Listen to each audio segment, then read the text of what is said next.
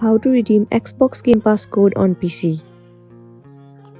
The very first thing you want to do is to open up your Microsoft Store. Well, you have to make sure that you are logged into your account associated with your Xbox. Once you are logged into your specific account, click on your profile at the top right, and then head over to Redeem Code or Gift Cards. Well, in this section, you can simply enter your Xbox Game Pass code. Once you have entered, click on Next at the bottom right.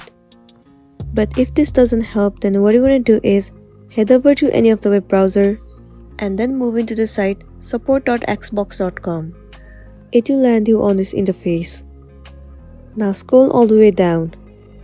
You can see the option where it says how to redeem a code from a PC mobile web browser.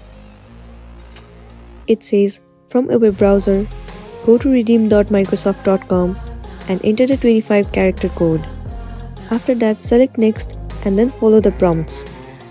So you simply need to head over to your Microsoft account and then enter the 25-digit code here.